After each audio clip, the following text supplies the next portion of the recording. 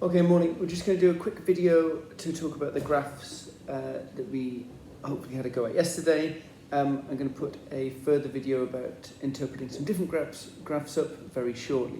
So this is just the challenge that we set yesterday. I talked about a coffee shop where on Monday they sold 32 coffees, Tuesday 63, Wednesday 54, Thursday 97, Friday 61, Saturday 141 and Sunday 82.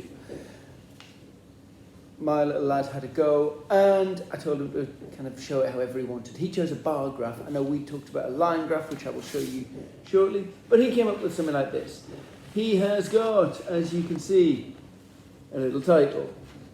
He wrote down his numbers here just to keep him on task. He just went freehand, so he didn't use anything with lines. I'm going to show you one with lines in a second. But what he tried to do was keep these regular in terms of 50, 100, 150. He's got relatively regularly spaced out bars. This one's a bit wobbly, but essentially he had a method. He knew where he was trying to get to by reference to these this sort of numbers on the y-axis here. He's labelled the axes as well. The weekdays and number of coffees. So that's pretty much what we're supposed to be getting to. In terms of what I would have liked you to have a go at, something like this, which again would have regularly spaced out.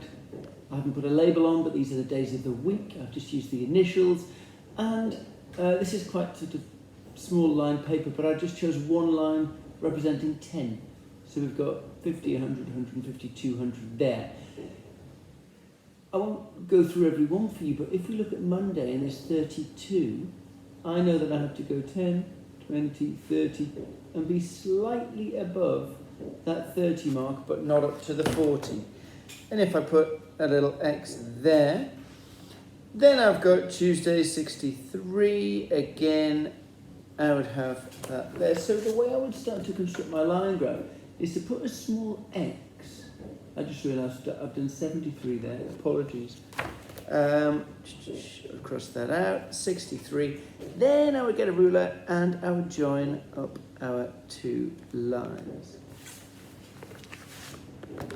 And it's going to start to look like that, and it will zigzag up and down the page. Hopefully, that's the kind of thing you had to go at. I know there was a slight extension as well, with a different line. One way that you could have done that is to use, you could use exactly the same graph, that was my intention, but maybe use a different colour for the muffins that we talked about. So what I'll do is I'll have a go at plotting that and the two colours, and I'll show you that graph. Thanks.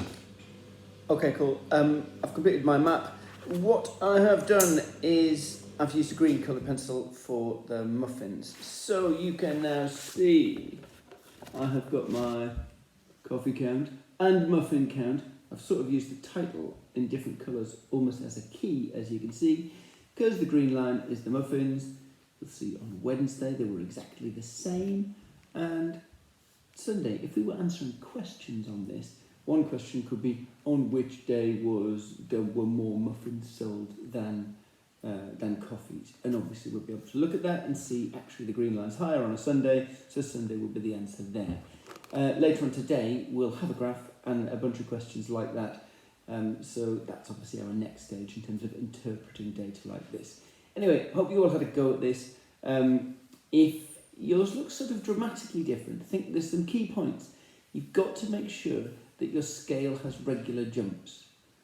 And that's both on the y-axis and the x-axis. It's really important that each day comes the same distance after the other. For me, I had a 14 centimetre line and put in my days on 1 centimetre, 3, 5, 7, 9. So using an evenly spaced line there. And obviously I had lines going up where each one represents 10. So they're key things when we're thinking about a graph. If yours looks dramatically different, have another go. Have a look at mine, have a go, and then hopefully you'll have one that you can feel pretty proud of. Good luck, and I'll see you later for another video with some different questions.